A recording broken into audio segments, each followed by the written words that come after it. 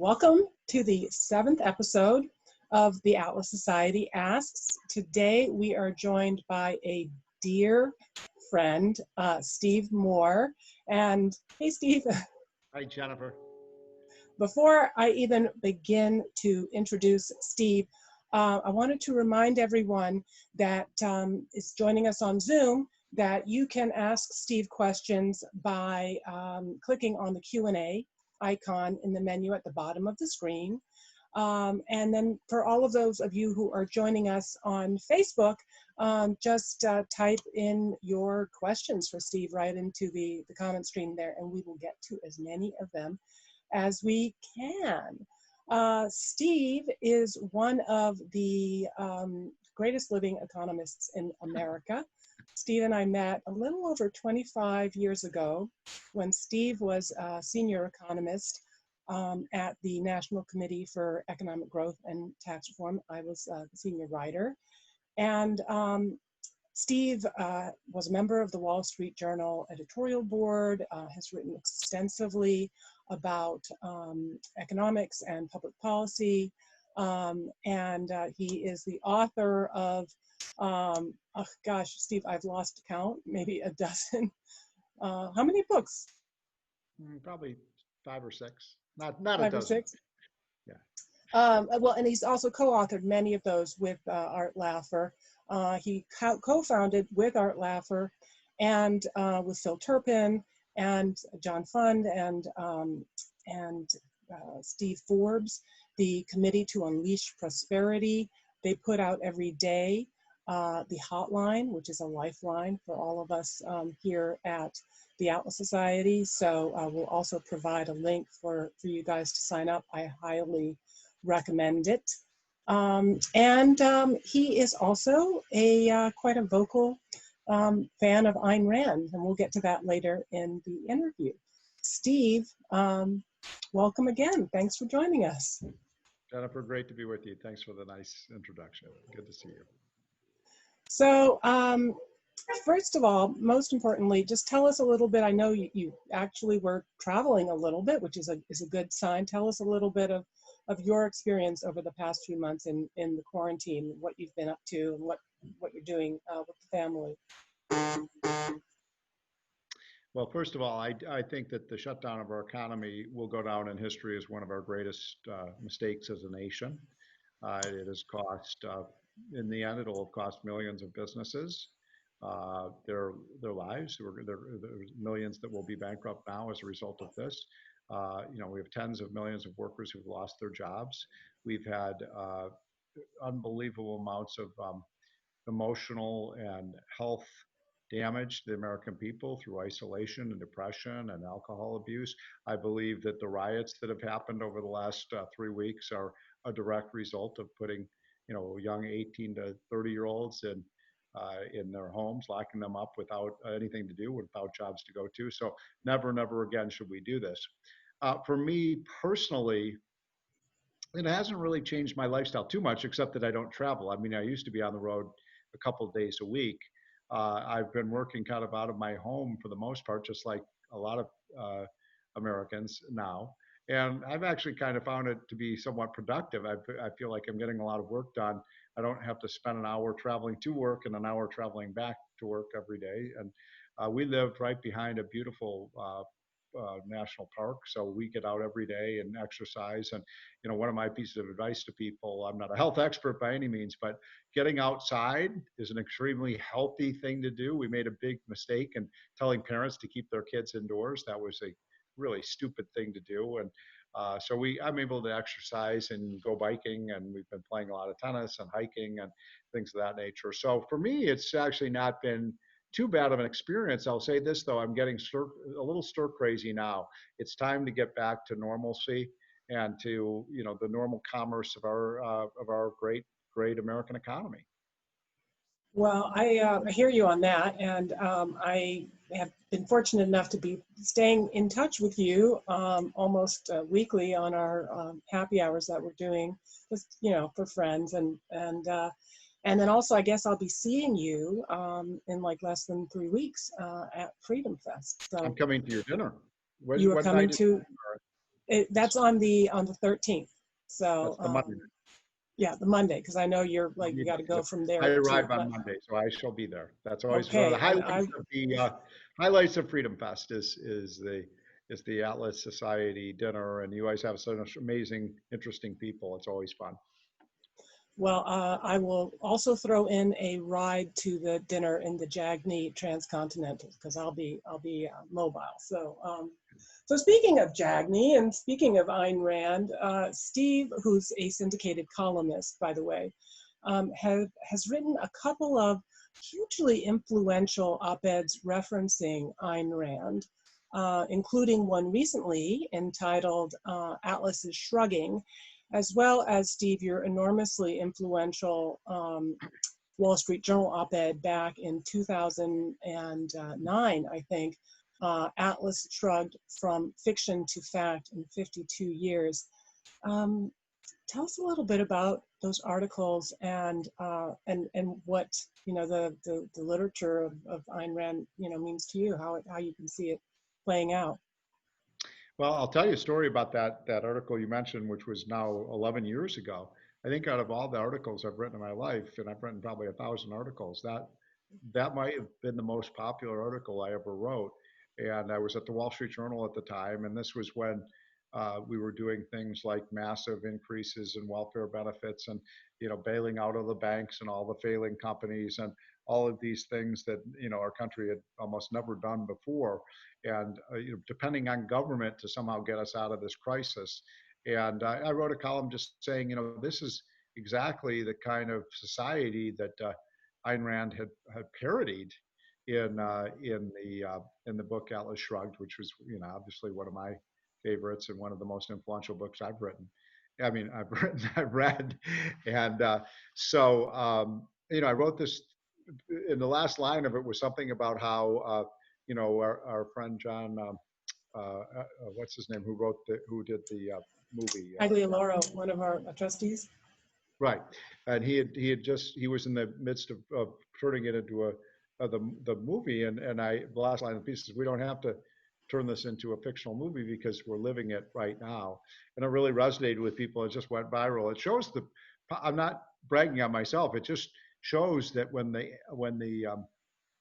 John Galt people around the country and around the world and the people at Atlas Society, what a huge movement this is. It just went everywhere. And I remember the editor came up to me like a month later and said, your article was the most popular in 6 months for the Wall Street Journal, which is a pretty big honor to people. It's just incredible now, 60 some years later, how influential that book remains to this day. And we will be hard at work to make sure that that young people and more people know about the literature, know about the philosophy, so that when you write another op-ed on the subject, maybe we'll do a Draw My Life or something like that, or a graphic novel, take one of your books. Well, let me just say one thing about the article I wrote, which was, I think, about 3 weeks ago, Atlas is Still Shrugging, which is that I wrote that piece 10 years ago that I just mentioned. I thought it couldn't get worse.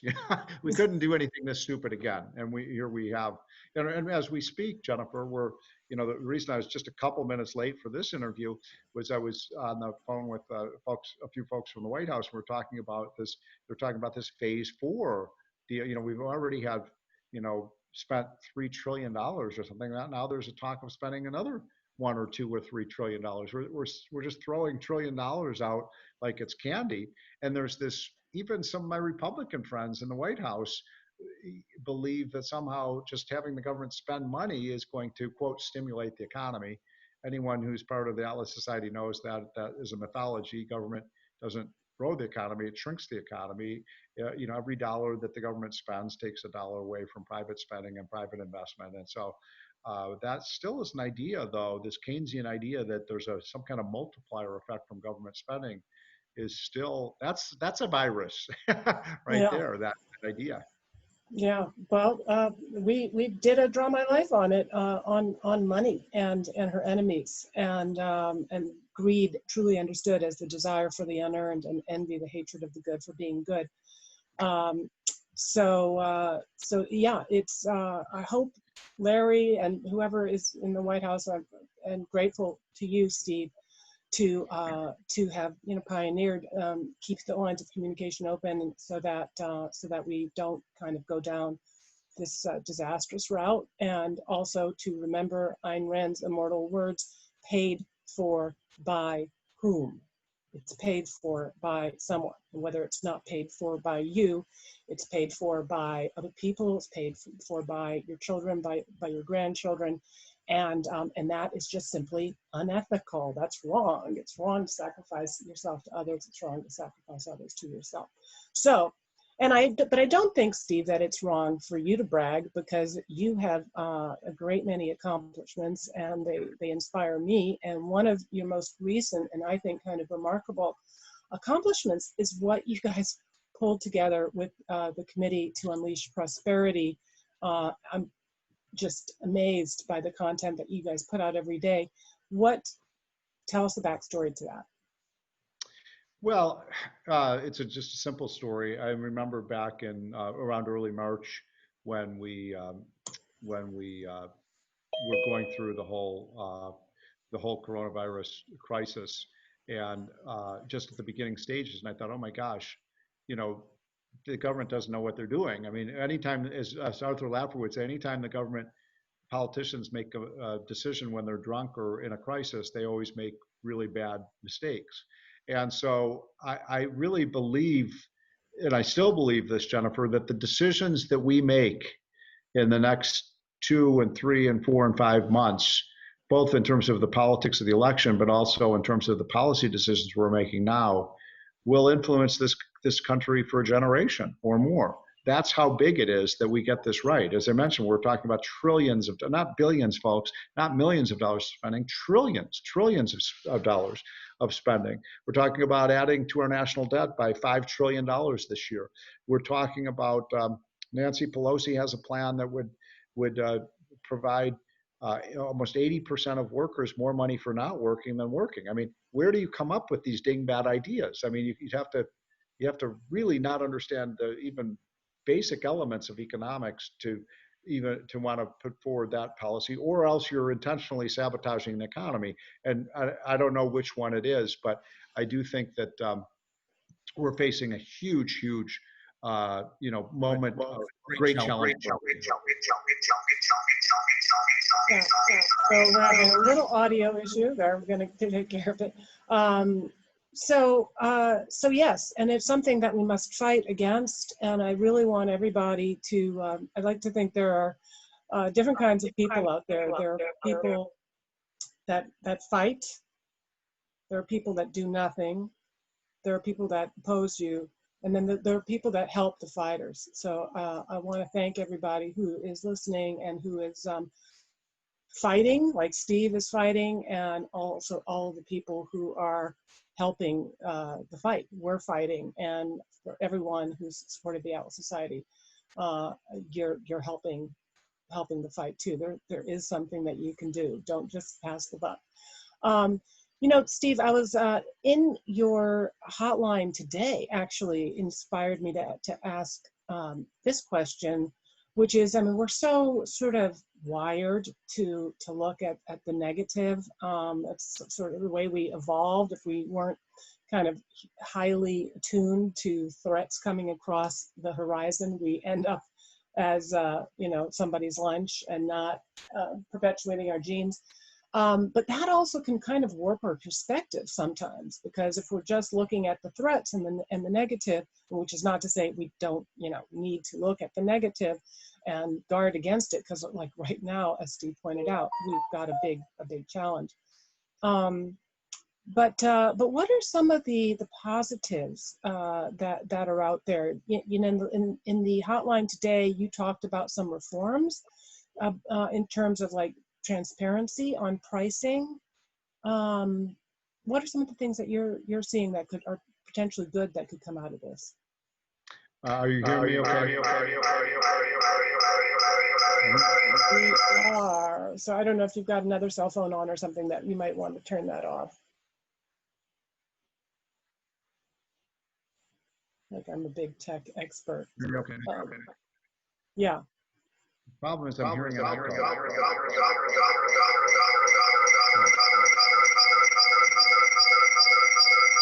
Okay, Steve, we're still getting that. You might want to try to move to another area.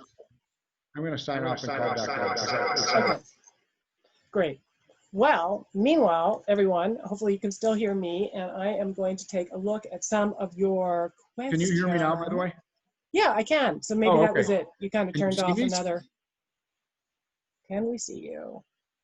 Nope, we can't see you. So okay, hold on. Because I think I finally got the problem fixed. So everybody who's ever experienced a challenge on a Zoom call, there you go. You're back, sweetheart. Okay. You can hear me and see me now? I can see you and I can hear you, okay. and you look awesome. Okay. So sorry about that. There was a technical glitch there. But I think I heard most of your question, which is to tell us a little bit of the good news. I mean, the good news, it's really amazing the power of the media. You mentioned our newsletter. You know, my colleague, Phil Kerpen, probably has become the most knowledgeable person in the United States about coronavirus. If he's not the most knowledgeable, he's certainly in the top 5. And it's just because he's a data junkie and he goes through this stuff and is looking at all of the evidence and compiling it. And so what he has found is that most of what you read in the newspapers and here on the nightly news is simply false about coronavirus. And so here is the truth. Here is something that you would think, Jennifer, in a rational world would be the headlines every morning if we wanted to report to people what the actual trends are with respect to this terrible disease. And what the evidence is showing us is that we are down 90% in terms of deaths. Let me say that again, a 90% reduction in deaths since the peak of the deaths, which I think was sometime in April. So that's a phenomenal achievement to see that. You want to talk about that curve coming down. How many times have you read that, Jennifer? Well, I've read it in the hotline, but right. But I mean, why isn't CNN reporting that? Why isn't Fox reporting it? Why isn't MSNBC? Why isn't the network? Why isn't the New York Times reporting this? Instead, they keep telling people, oh my gosh, caseloads are out of control and it's a second wave of the virus. And this has scared the hell out of people. And so now we're seeing in the polls, people are getting afraid to go outside again and go back to their businesses. And it's all because it's almost like an Ayn Rand thing where people the media is telling people things to control their actions and their mood in a very perverse way. And so the good news is death rates are down considerably. Now, look, I'm not a health expert. Nobody knows where this is going, but right now the trend is down in terms of deaths, not up. And so, people need to know that basic truth because and by the way, there are a lot of cases of coronavirus, but the vast, vast, vast majority of those people aren't getting sick. That's good news, right? Because it's young people that are correcting. My 27-year-old just called me the other day and said, I have coronavirus. How do you feel? Fine. He didn't even know he had it until he was tested. And that's probably a good thing for him because he's, hopefully going to gain immunity and then he'll have the antibodies. So I just think there's a total divorce from reality and what the media is telling us. Well, on that note, though, maybe part of one of the upsides of it, is that if this institution has some issues and it is reporting to us something that is divorced from reality, there's going to be an opportunity to reevaluate our sources of information. I mean, it is kind of also a negative. We do rely on a free press to inform us. And so it has shaken, our trust, I think, in some of these institutions. While you're talking, keep talking, because I'm looking for somebody just sent me a quote. I think I can find it right here. That comes from, here it is.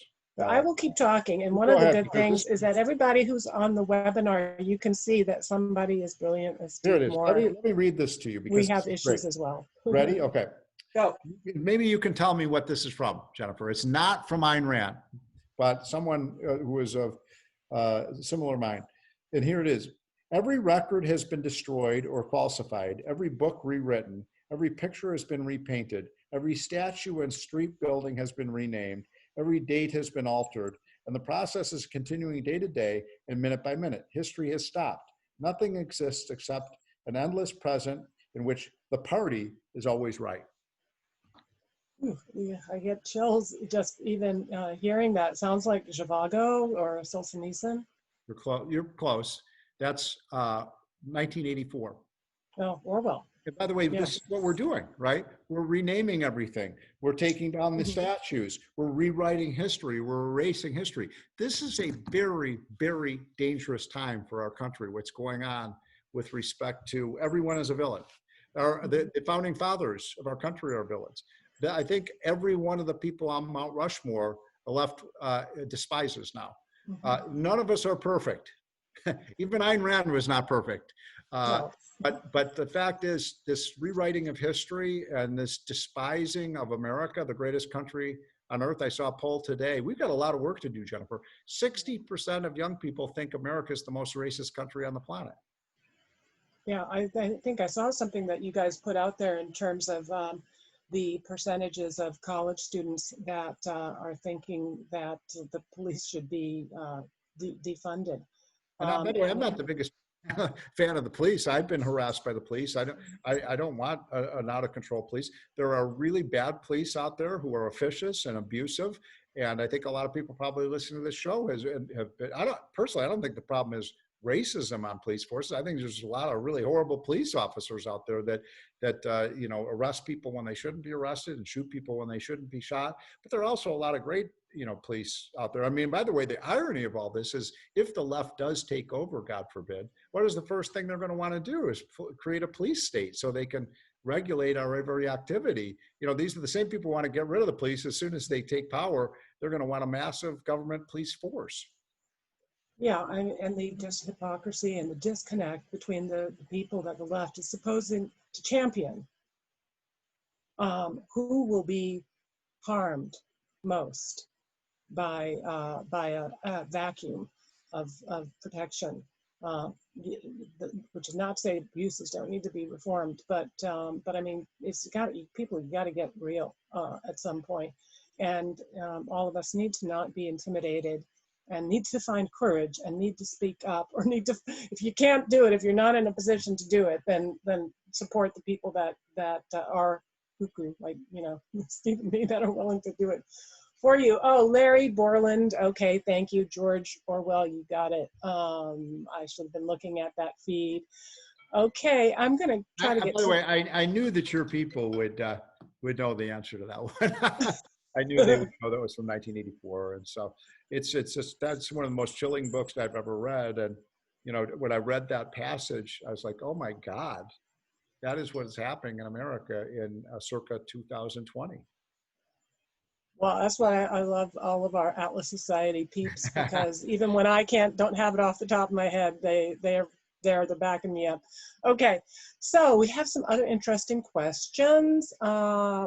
What do Jennifer and Steve think the government should have done in response to the pandemic's economic recession? Steve, you've talked actually a lot about this. You've been consistent from day one on this.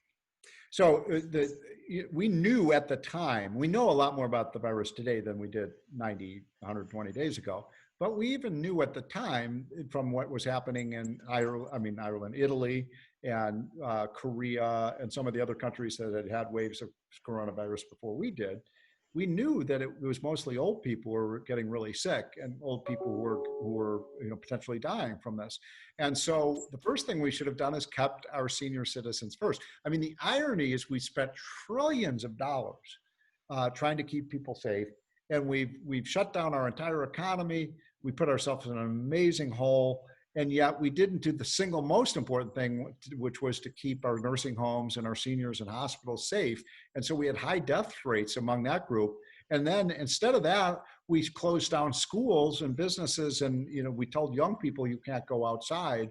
And as I said, did untold damage to our free enterprise system. I mean, the frustration to me, Jennifer, is we had the best economy in 30 years going into February of 2020, with everything just, the lowest unemployment rate, 6 million surplus jobs, the GDP was growing, the stock market was doing well, by the way, Jennifer, here's another quiz question for you. From January 2017 through January of 2020, so Donald Trump's first 3 years in office, we had a really good economy over that period. Do you know which demographic group saw the biggest rate of economic advance? Probably the one that was suffering the most prior to that, which would be African Americans and women. So, and here's a nice little statistic for people. There was more economic progress for Black Americans in 3 years under Trump than there was under 8 years under Obama. So, our policies were working, of letting the free enterprise system work, and having, lower taxes and less regulation and less red tape on our businesses. So I think that was if I had to do it over again, I think number one, obviously we should never, ever, ever shut down our economic machine. You don't have a society without a productive capacity. And number two, we should have done a much better job of keeping the vulnerable population safe. And we did neither of those things because the government. And then the third thing we need to do is totally dismantle the Center for Disease Control. They are completely incompetent. When books and books are going to be written by the stupid things that have been done. But, Jennifer, we spent $10 billion a year on the Center for Disease Control. And what is their mission? It's to keep us safe from pandemics. But if you read this is so typical of government. If you read what they were doing in the last 3 or 4 years, it was all about LGBTQ issues and climate change and, gender neutral issues and all of these things that are completely irrelevant to what their mission was. So then when a pandemic hits, they are completely unprepared. The tests didn't work, nothing worked. And yet, for some reason, I was seeing a poll, people have more trust in government today than they did before the pandemic.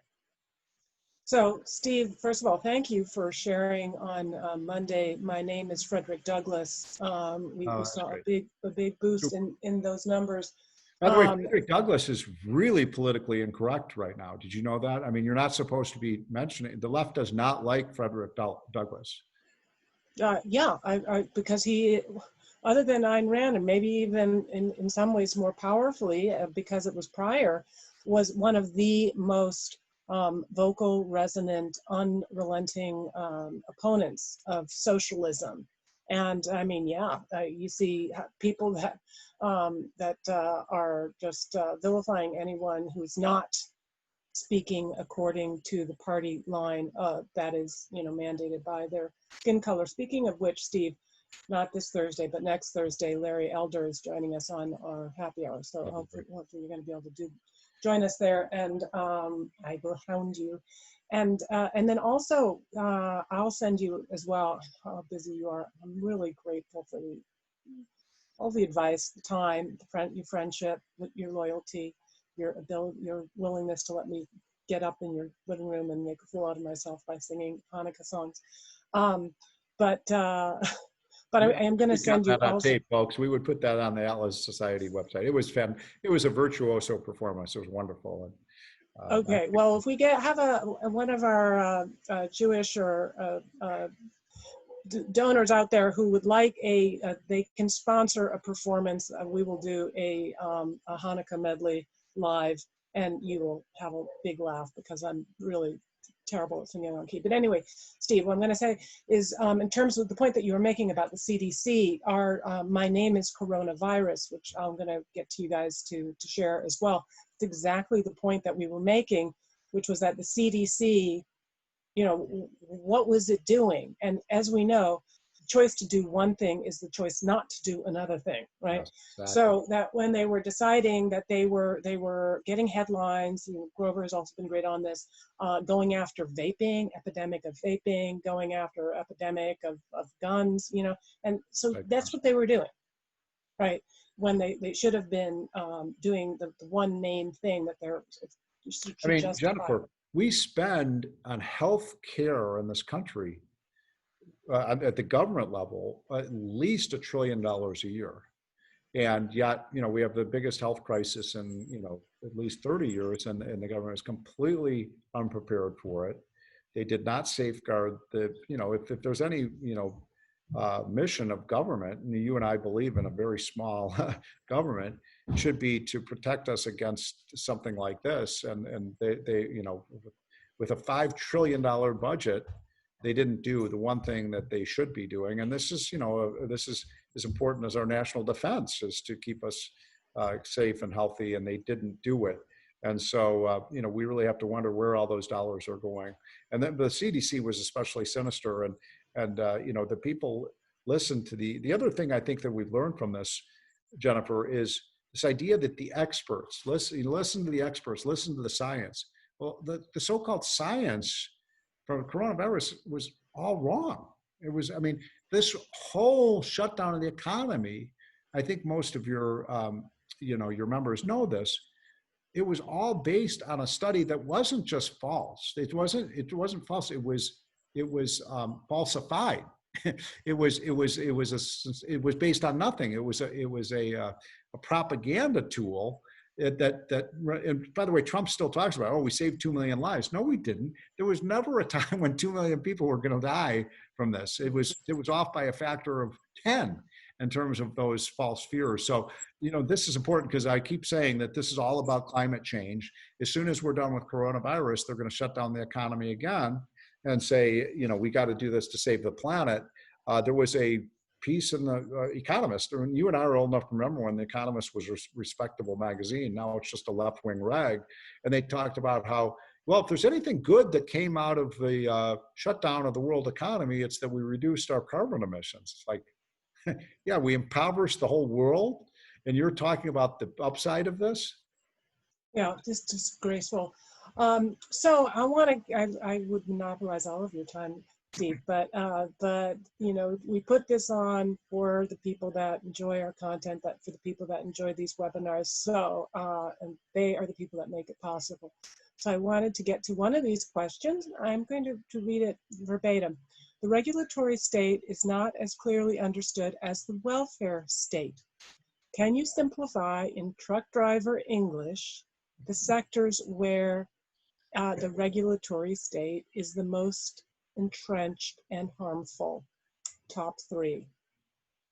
Well, number one, energy.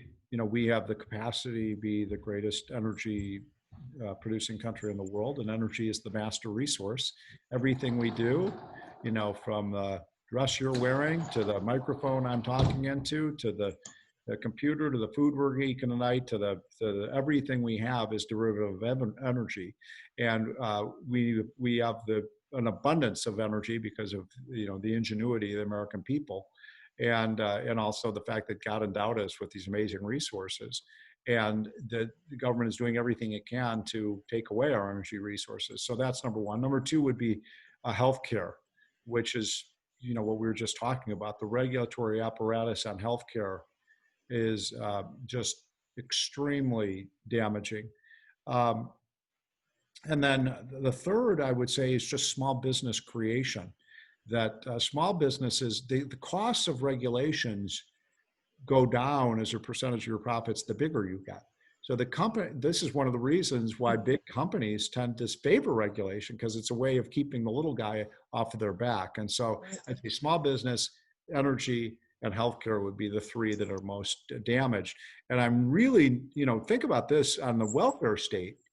We have spent, by some estimates, $6 or $7 trillion on the welfare state over the last 40 years, and by some estimates, even 10 trillion. And it was to alleviate poverty in the United States and to end, dependency on government. And now my worry is that with all of these demands the left is making, we're going to recreate the welfare state. Everyone is a victim, right? Except you and me, because we have white privilege, but everyone else is a victim. And this victim mentality is going to lead to another massive welfare state. And this is the thing that troubles me the most, is the worst thing we can do for Black America, especially the next generation, is to tell them that they're victims. It's as our friend Jack Kemp used to say, remember, I just loved Jack. I know you loved him. He used to say, if you're going to want to teach your kid to ride a bicycle, your 4 or 5-year-old kid, you don't start by telling him all the reasons that he's going to fall down on the bike. And, you're going to skin your knee, or you're going to have this problem and that problem.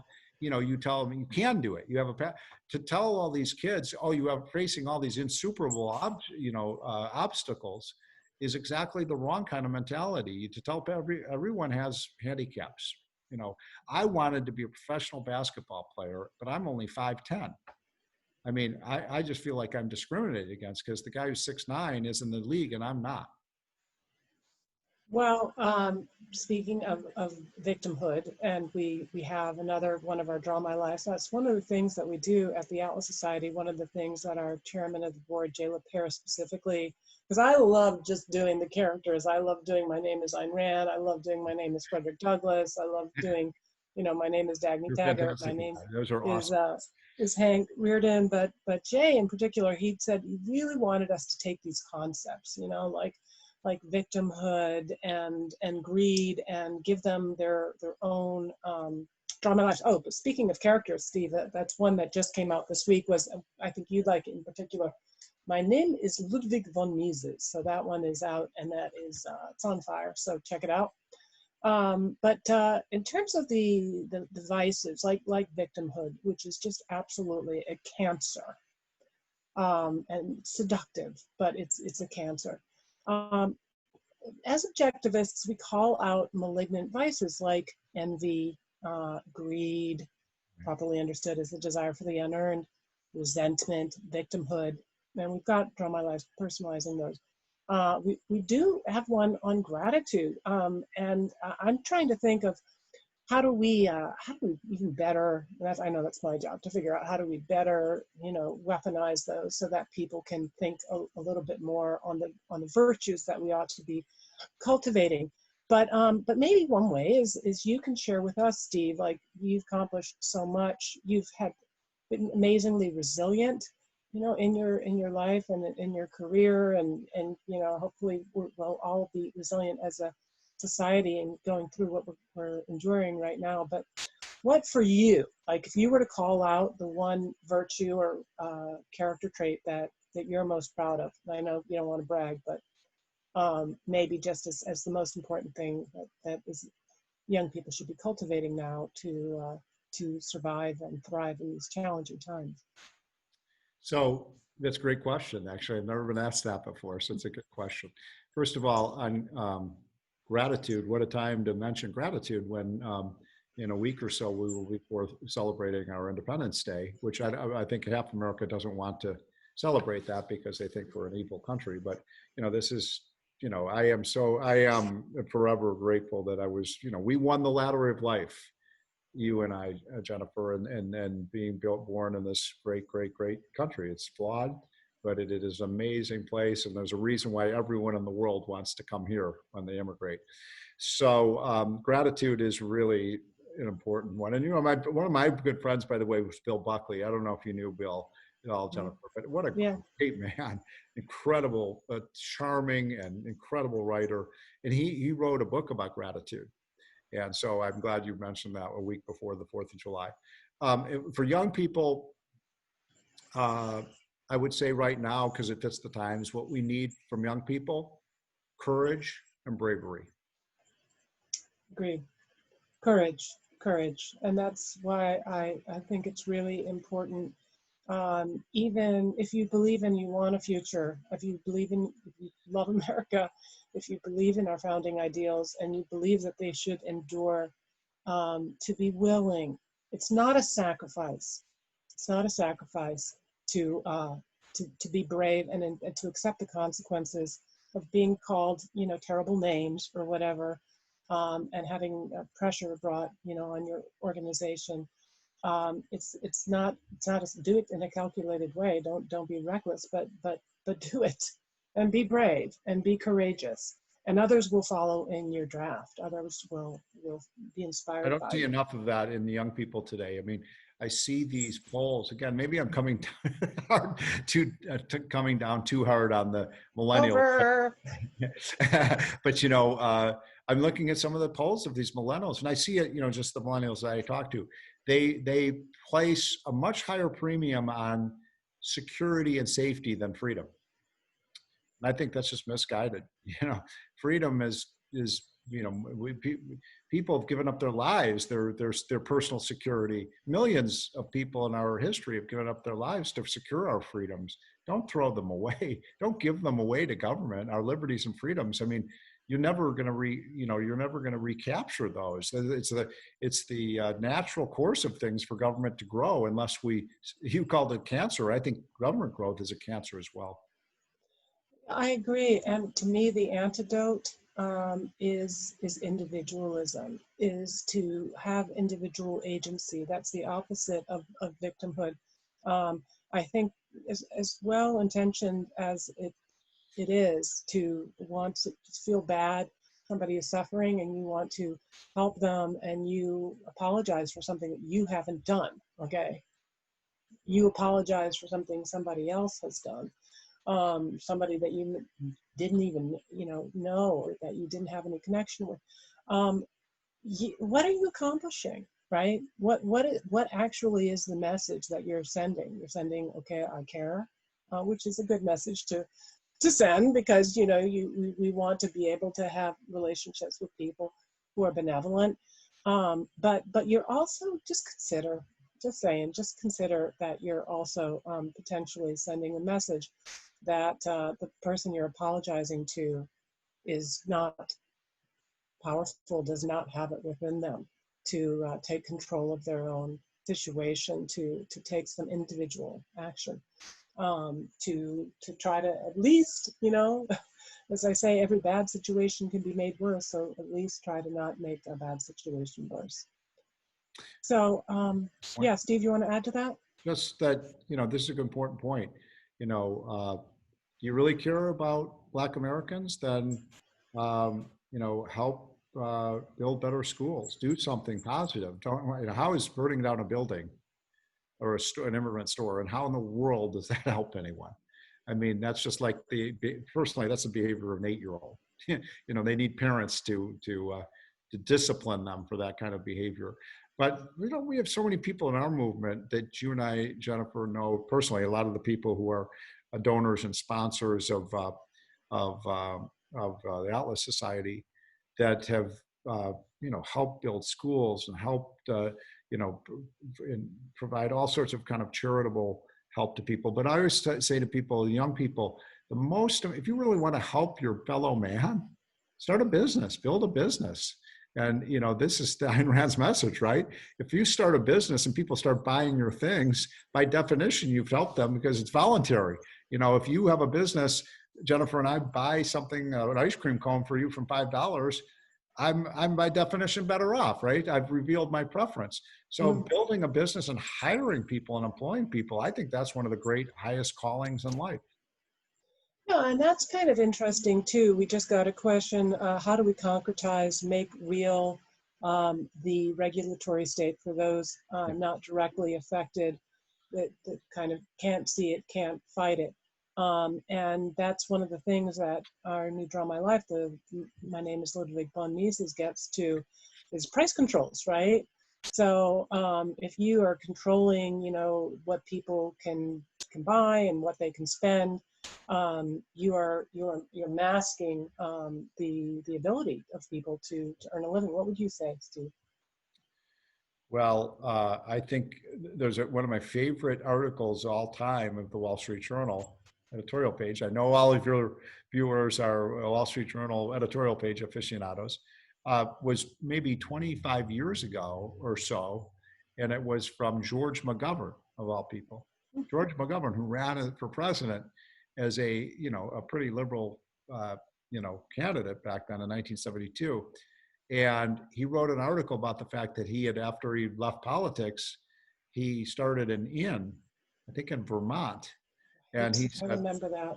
Yeah, remember that? And he said, oh my God, he said, I'm trying to run this little inn and employ 22 people and provide a service for people. And he said, if I had known when I was in Congress, because he was a United States Senator, how these regulations are just destroying businesses, I never would have voted for these things.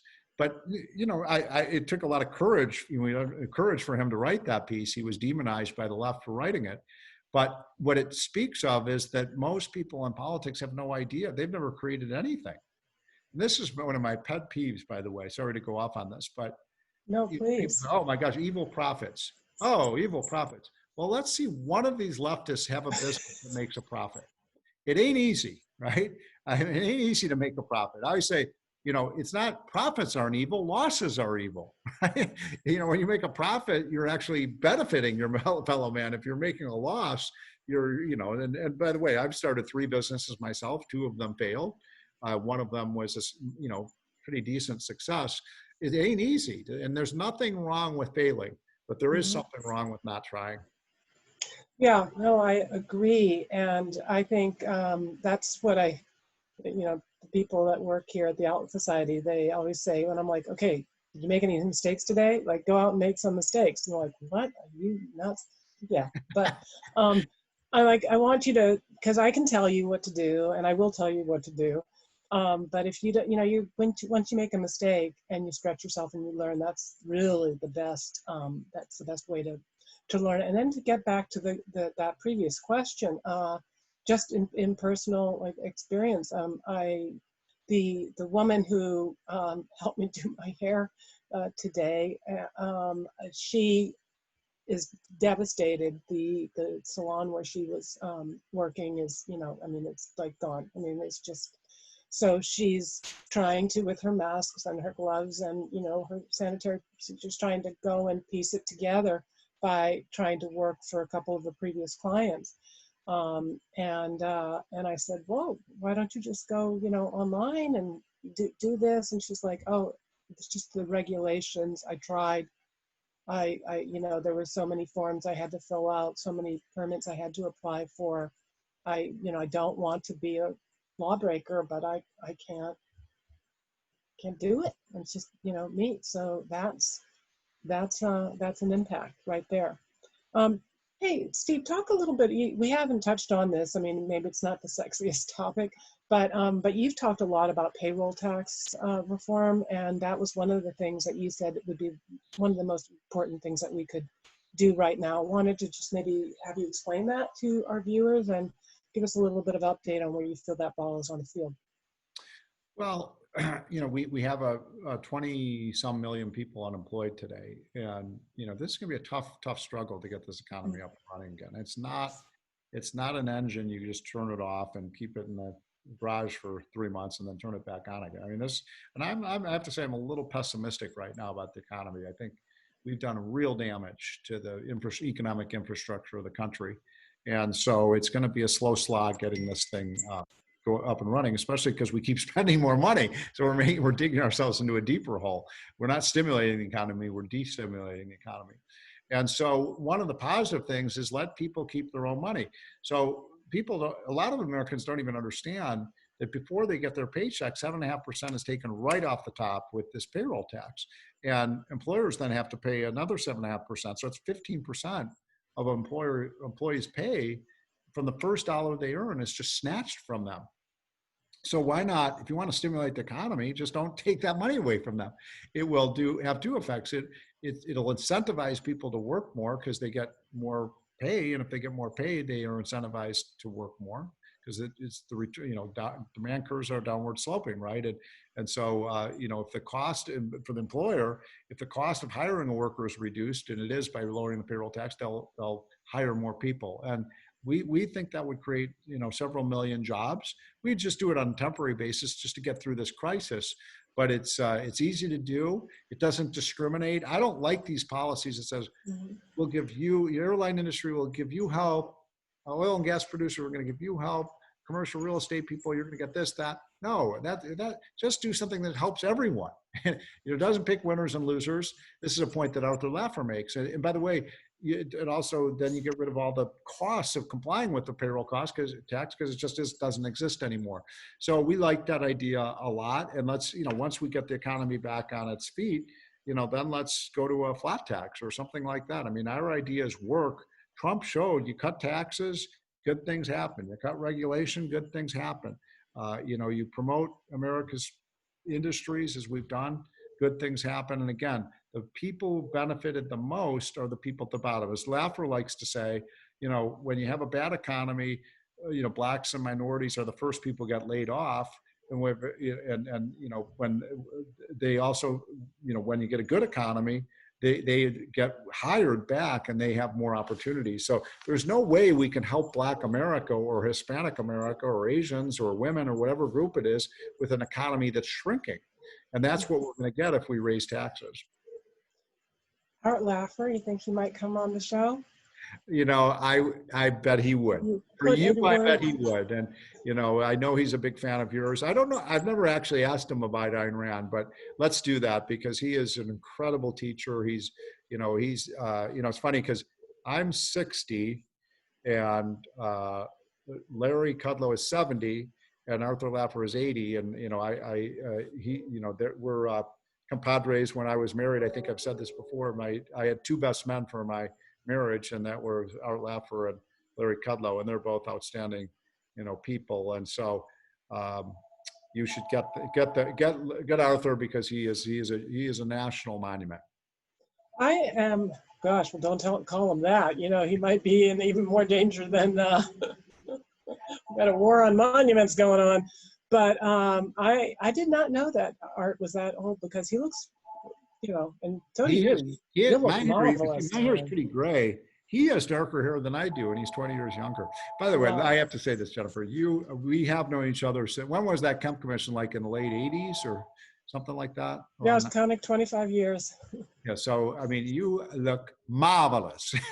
You look Thank great. you, darling. I have gray hair. I'm like so old now. And no, seriously, I don't think you look one day older than you did when we first met 25 years ago. And so it's great to see you looking so good and so wise. And you've done an amazing job with the Atlas Society. I cheered when I heard you were going to take over this important, and I'll just tell you one story on the way out, and then I've got to go. Yeah, So, you know, one time we were taking a trip when my kids were about, I think they were about 11 and 12, they were around between 11 and 14. And, you know, we were going on the West Coast, and these are, you know, you go from one state to another. You're in the car for 10, 12 hours sometimes. And so I put this tape in, in the tape. This was back during the era of those, you know, those video tapes. And cassette tapes, and I put it in, and it was the 12-part audio of Atlas Shrugged. Have you listened to it? Many, many times. Yeah. I'm listening to it in Spanish now. Well, it's so amazing. I don't know who it is, who's the, you know, who dictates that, but whoever did it was amazing. And so it was funny. I kept putting the tape in, and the kids wanted to listen to their crappy music, so they kept taking it out. I kept putting it in, and they took it out. And then after like about 2 hours, you know, I said, "Well, don't you want to? I'll let you listen to your music now." And they go, "No, we want to."